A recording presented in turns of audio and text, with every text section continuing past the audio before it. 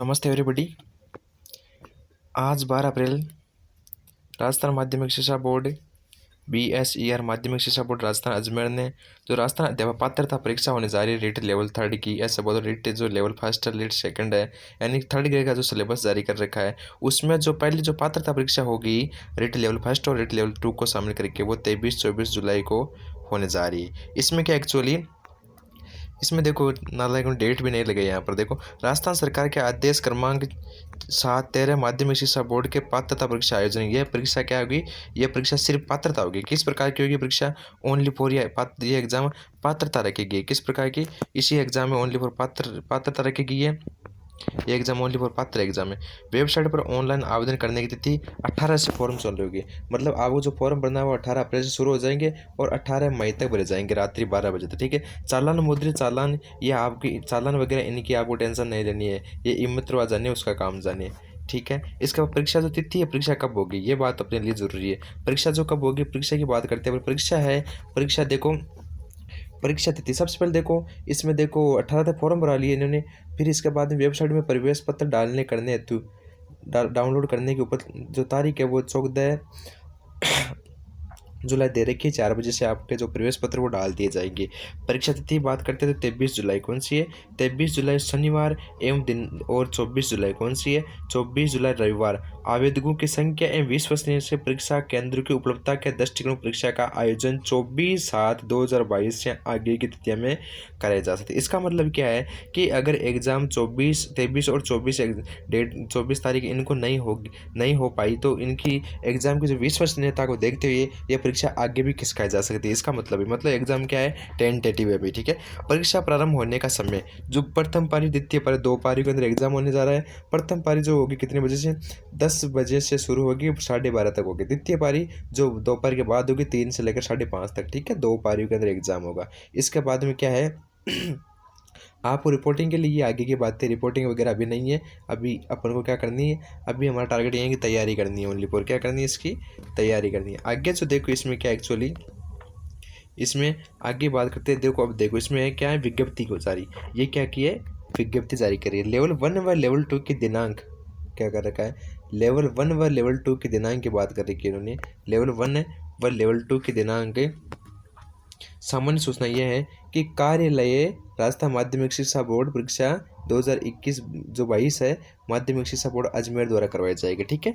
जो कौन सी जो पिछली बार जो 2021 के अंदर रिट जो सबसे ज़्यादा धांधली हुई थी वही एजेंसी वापस एग्जाम करवाने जा रही है। ठीक है। इसमें आपको किसी प्रकार विचार नहीं करना है। ठीक है। और जो फॉर्म भरने की जो आपको लिंक एक्टिव कर दिया जाए वो रिट राज 2022 है। ठीक है। रिट राज 2022 लिंक एक्टिव कर रखा है। लिंक एक्टिव 18 तारीख से हो जाएगा। 18 अप्रैल से होगा एक्टिव, इससे पहले एक्टिव नहीं होगा। ठीक है।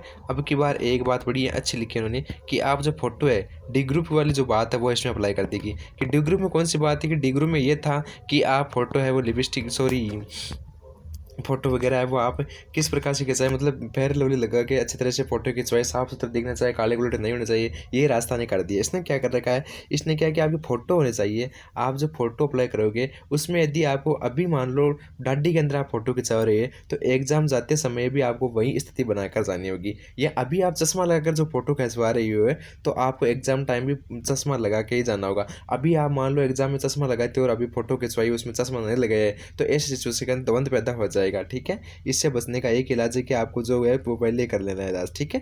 परीक्षा की जो देखो खास विशेषता आप देखो खास बातें इसमें क्या आई है?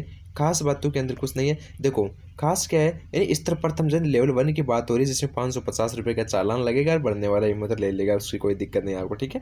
रिट जो स्तर द्वितीय रिट 2021 के आवेदक वो कोई से जिस विद्यार्थी ने 2021 रिट लेवल जो सेकंड उसमें फॉर्म लगाया था उसे किसी प्रकार का चालान शुल्क नहीं लिया जाएगा। लेकिन जो नवीनतम है जो नए विद्यार्थी है जो कि अब की बार जो सेकंड ईयर पिछली बार सेकंड ईयर अब फर्स्ट ईयर में था, अब की बार सेकंड ईयर में आ गए, वो क्या अपेयरिंग से ऑप्शन से फॉर्म डालेंगे तो उनके लिए 550 रुपये लगेंगे। ठीक है। अगर कोई व्यक्ति दोनों फॉर्म लगा रहे यदि उसके पास में एबिलिटी है दोनों की तो वो क्या करेगा? उसको 750 रुपये देने होंगे। ठीक है। अगर दोनों की एबिलिटी योग्यता है उसकी मानसिक योग्यता होनी चाहिए। ठीक है। उसकी मानसिक योग्यता यदि दोनों एग्जाम देने की है तो वो व्यक्ति क्या करेगा? दोनों एग्जाम भी दे सकता है। इसके बाद में देखिए क्या है अब देखो इसकी योग्यता क्या कर रखी है, योग्यता की बात करते हैं। देखो योग्यता यह है, सबसे पहले देखो प्रत्येक लेवल स्तरीय हेतु वांछित क्रम शैक्षणिक की योग्यताओं की बात हो रही है, ठीक है।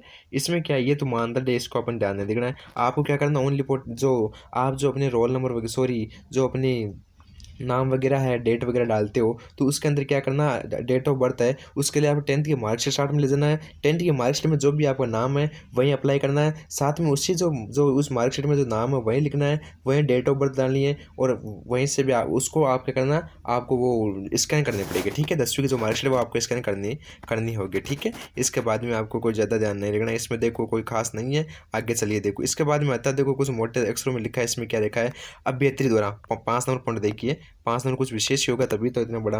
देखो अभ्यर्थी द्वारा ऑनलाइन परीक्षा आवेदन पत्र भरने के पश्चात परीक्षा आवेदन पत्र अंतिम संप्रेषण के पूर्व परीक्षा डाटा में ऑनलाइन, ये अपना काम नहीं भाई मित्र वालों जाने।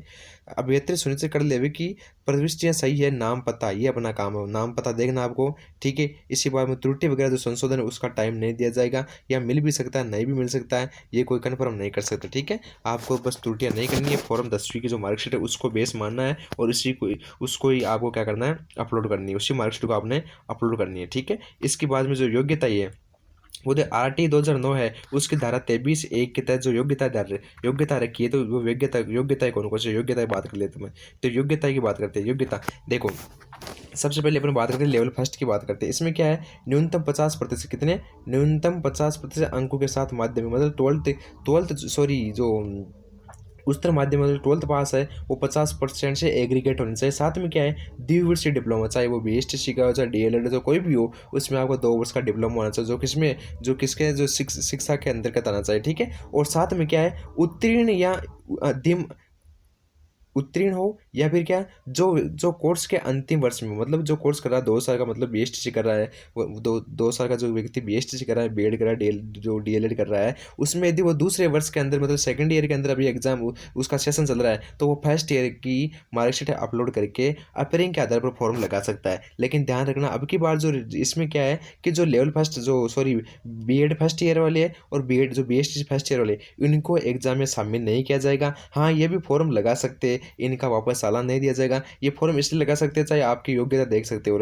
और इसको किसी प्रकार से एग्जाम के थ्रू किसी प्रकार का कोई शामिल नहीं किया जाएगा, ठीक है। इसके बाद में न्यूनतम 50% के साथ ये देखा सा 2 वर्ष का डिप्लोमा हो, वही बात है वापस, ठीक है। तीसरी क्या है, न्यूनतम 50% अंकों का डिप्लोमा होना चाहिए, और 4 वर्षीय प्रारंभिक BLED होना चाहिए, वही विद्यार्थी इसके लिए फॉर्म में अप्लाई कर सकता है। ये लेवल फर्स्ट के लिए, जो लेवल फर्स्ट के लिए कौन है, जो BSTC धारी हो सकते हैं, इसमें BSTC है, BLED है, या फिर जो 10+2 कर रखी है, उसके बाद में यदि उसकी किसी प्रकार का जो डिप्लोमा है शिक्षा के क्षेत्र में, तो वो क्या है, ये एग्जाम दे सकता है, ठीक है। इसके बाद में आता है, देखो चौथा पॉइंट देखिए, इसमें क्या है, द्विवर्षीय डिप्लोमा दूसरे वर्ष में कोर्स कर रहा हो वह शामिल है आराम से। ध्यान रखना, जो द्वितीय वर्ष के अंदर जो विद्यार्थी है, जो दूसरे सेकंड ईयर के अंदर है, जो B.Ed सेकंड ईयर में, BST सेकंड ईयर में, वो फॉर्म आराम से लगा सकते हैं। उसको एग्जाम वैलिड है, उसमें किसी प्रकार का कोई दाखिल नहीं होगा उसको एग्जाम के लिए, मतलब कि आपकी प्रोसेस आप दौड़ में उस तरह से, ऐसे मानिए।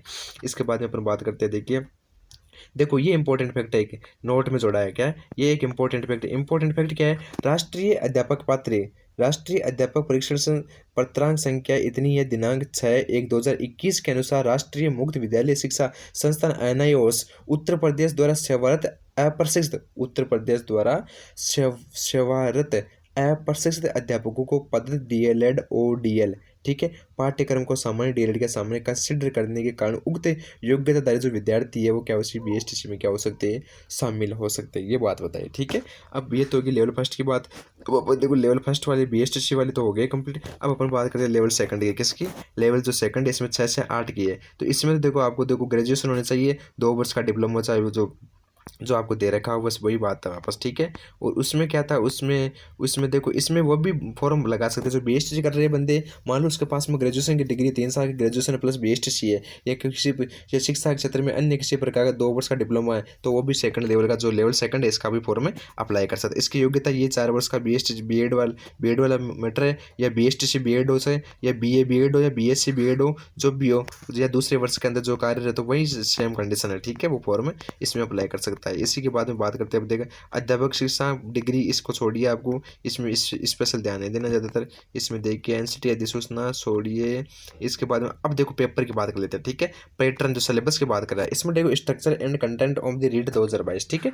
परीक्षा 4 नंबर पॉइंट देखना है, कौन सा 4 नंबर पॉइंट को आपको कंसिडर करना है। देखो इसमें क्या है, खंड 1 में क्या है, बाल विकास एवं शिक्षण विद्या, मतलब कि 30 सवाल आएंगे। इसमें देखिए कितने सवाल आएंगे, 30 सवाल होंगे, 30 अंक के, मतलब जो रीट लेवल फर्स्ट और सेकंड जो पेपर है 2021 के अंदर जो रीट भर्ती हुई थी उसी का बेस माना गया। कौन सा, वही इसमें बेस माना गया, ठीक है। इसमें देखो दूसरी की भाषा के 30 अंक होंगे, सेकंड जो आपकी भाषा चूज करेंगे उसके 30 अंक मानेंगे। इसके बाद में जो गणित और पर्यावरण जो कक्षा प्रथम लेवल स्तर प्रथम की बात हो रही है, उसमें ईवीएस हो जाएगी और ये गणित हो जाएगी। ईवीएस है और गणित, इन दोनों के 30-30 नंबरों की, ये 30-30 सवाल, मतलब टोटल 60 सवाल आए, टोटल 60 सवाल, और 90 सवाल इन 2 सब्जेक्ट का, और साइकोलॉजी जोड़ के 150 सवाल आएंगे, जिनमें आपको एग्रीगेट 90 अंक अर्जित करने हैं, 60% अंक अर्जित करने हैं, ठीक है। अब देखो इसमें जो क्वेश्चन का जो लेवल है, क्वेश्चन पूछने का तरीका है, अब देखो एक स्पेशल पॉइंट ये आया है कि आपको स्पेशल पॉइंट क्या है कि बाल विकास शिक्षण विधियों में आपको क्या करना है, 6 से 11 वर्ष के जो बालक है उसी एज तक उसमें पठन विकार संबंधी जो भी विकार है वही ध्यान रखना है, ठीक है। इसमें क्या एक्चुअली कि ये किशोर अवस्था शामिल नहीं है। आपको क्या है कि आपके सिलेबस में आप जब साइकोलॉजी पढ़ते हो तो किशोर अवस्था पर ध्यान देते हो, लेकिन ये आपके सिलेबस में नहीं है। भाषा प्रथम में आवेदन भरते समय हाँ ये जरूरी है कि आप जब फॉर्म भर रहे हो तो भाषा प्रथम आपने जो चूज की है वही आपको वहाँ पर एग्जाम में करनी है। कहीं ऐसा नहीं हो जाएगी यहाँ पर तो आप पहले लैंग्वेज संस्कृत कर लेते हो और एग्जाम में जाते हो वहाँ पर प्रथम लैंग्वेज हिंदी के आंसर करते हो और दूसरी लैंग्वेज संस्कृत चूज कर लेते हो। ऐसा नहीं, जो आपने फॉर्म भरते समय जो लैंग्वेज चूज की है वही एग्जाम में करनी होगी, ठीक है। इस पॉइंट का स्पेशल ध्यान रखना है, ठीक है। कई बच्चे ऐसे हो जाते हैं उसको पार्ट को फिर चेक ही नहीं करते, जो सिलेक्शन होने की कगार पर है उसका भी सिलेक्शन नहीं हो पाता इस गलती के कारण, तो ठीक है। इसी के देख सेकंड लेवल की बात करते हैं। अब देखो लेवल सेकंड में यही 30 साइकोलॉजी के सवाल आएंगे, 30 लैंग्वेज और 30 सेकंड लैंग्वेज, दोनों लैंग्वेज होगी। इसके बाद में 60 सवाल जो सब्जेक्ट के हो जाएंगे, जो भी गणित और विज्ञान से तो 60 सवाल गणित और विज्ञान से आ जाएंगे, सामाजिक अध्ययन से 60 सवाल सामाजिक अध्ययन से आ जाएंगे, और जो विद्यार्थी जो दोनों कैटेगरी से ए और ब, तो उन दोनों कैटेगरी से सवाल आ जाएंगे, ठीक है। किसी भी कारण से परीक्षार्थी ने आवेदन पत्र में अंकित भाषा पहली व दूसरे स्पेशल नोट दिया, भाई ध्यान रखना है। ये इस ऐसे आचार बनाने के लिए नहीं दिया है, ये कुछ समझाने के लिए देखा दिया है। किसी भी कारण परीक्षार्थी आवेदन पत्र अंकित भाग भाषा प्रथम और भाषा द्वितीय भाषा अन्य भाषा के प्रश्न हल किए जाए तो उसे मान्य नहीं जाएगा। मान लो आपकी पहली भाषा हिंदी चूज की है तो आपने पहली भाषा यहाँ पेपर सॉल्व करते समय हिंदी के क्वेश्चन करने हैं। दूसरी लैंग्वेज यदि आपने संस्कृत चूज की है तो आपको संस्कृत के सवाल करने, नहीं कि आप उर्दू वगैरह पंजाबी वगैरह के सवाल करने, वो किसी प्रकार से मान्य नहीं होगा, ठीक है। ये स्पेशल पॉइंट है आपके लिए, इसमें ध्यान यही रखना आपको, ठीक है। इसके बाद में क्या बात करते हैं, देखो अब देख शिक्षण विधि में बात करते हैं तो वहाँ पर तो जो लेवल फर्स्ट में थी वो 11 वर्ष के बालकों के लिए थी, और यहाँ पर जो 11 से 14 वर्ष के बालकों के लिए होगी, कितनी 11 से 14 वर्षों के बालकों के लिए आएगी, ठीक है। इसमें वही मैटर है और वही सिलेबस वही है, समथिंग सेम सिलेबस है। सिर्फ इतना जरूर है परीक्षा की दिनांक 23 परीक्षा की जो डेट है वो 23-24 का लॉन्च कर दी गई है या अनाउंस कर दी गई है, लेकिन कन्फर्म नहीं है। क्या कह रहा है कि यदि एग्जाम की विश्वसनीयता रहेगी तो हम क्या कराएंगे, एग्जाम करवा देंगे। सेंटरों की विश्वसनीयता देखनी जरूरी है, ठीक है। ऐसे अभ्यर्थी जिन्होंने प्रथम स्तर व द्वितीय स्तर दोनों परीक्षाओं के लिए आवेदन किया है, मान लो कोई सपोज मेरा जैसे कोई विद्यार्थी है जिन्होंने लेवल फर्स्ट का भी फॉर्म भरा है, लेवल 2 का भी फॉर्म भरा है, लेवल 1 और लेवल 2 दोनों का फॉर्म भरा है, ठीक है। उन्हें दोनों परीक्षा निर्धारित समय पर देनी होगी, उसको दोनों एग्जाम देनी होगी, और किसी भी अभ्यर्थी ने संबंधित परीक्षा की निर्धारित अवधि समाप्त होने से पूर्व परीक्षा कक्षा छोड़ने की अनुमति नहीं होगी। मतलब पूरा टाइम की अनुपालना करनी, टाइम से पहले आप एग्जाम हॉल नहीं छोड़ सकते, ये बात कह रहा है, ठीक है। इसके बाद में देखिए नेक्स्ट एग्जाम सेंटर पर 2 घंटा, ये छोड़िए आगे की बातें, अभी इनके बारे में बहुत डिटेल से बातें आएंगी, ठीक है। ये भी पेपर वाली बातें आप बाद में देख लेना। इसके बाद में हम जो इंपॉर्टेंट फैक्टर है वो जान लेते हैं इसमें। देखो अब देखो ये क्या है, ये इंपॉर्टेंट है, सबसे ज़्यादा अधिसूचना इंपॉर्टेंट ये है, ठीक है। देखिए होता क्या है, देखो व्यास समिति ने विजय व्यास जो समिति थी उसने कुछ अनुपालना की है, देखो उसका निष्कर्ष क्या निकले वो तो आगे जाने। लेकिन क्या है, परीक्षार्थी को सावधान किया जाता है, क्या परीक्षार्थी को सावधान किया जाता है कि सार्वजनिक परीक्षा भर्ती में अनुसूचित साधन अधिनियम 2022 का नवीनतम अधिनियम है, जिसकी संख्या 6 प्रावधानों के तहत यह वर्णित किया गया है कि सार्वजनिक परीक्षा में अनुचित साधनों का उपयोग करने या उनकी सहारा लेने पर, उनको किसी पर कब्जा लेने पर अगर ऐसा करता हुआ पकड़ा गया, नकल करते हुए पकड़ा गया, तो उस विद्यार्थी को लाख रुपये जुर्माना, 3 साल की सजा प्रावधान रखा गया है। ठीक है। अगर कोई नकल करवाने के गिरोह में पकड़ा गया तो उसे 10 लाख रुपये और अधिकतम 1 करोड़ तक का जुर्माना है, और 10 वर्ष तक की सजा का भी प्रावधान रखा गया है। ठीक है। ये बात की बातें देखो हो गया क्या, लेकिन अभी आपको ये ध्यान रखना है स्पेशली। ठीक है।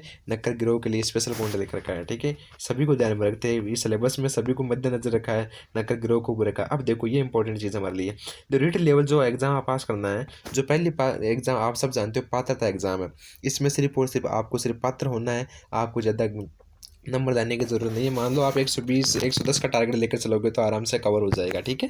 इसमें देखिए सामान्य सामान्य जो कैटेगरी केस हैं, जो नॉन टीएसपी क्राइटेरिया है, वो 60% लाने हैं, और 60 ही टीएसपी इलाके के अंदर लेना है। ठीक है। और 55 जो एसटी कैटेगरी है उसको 55 लाने हैं, और 36 टीएसपी के अंदर लेना है। ठीक है।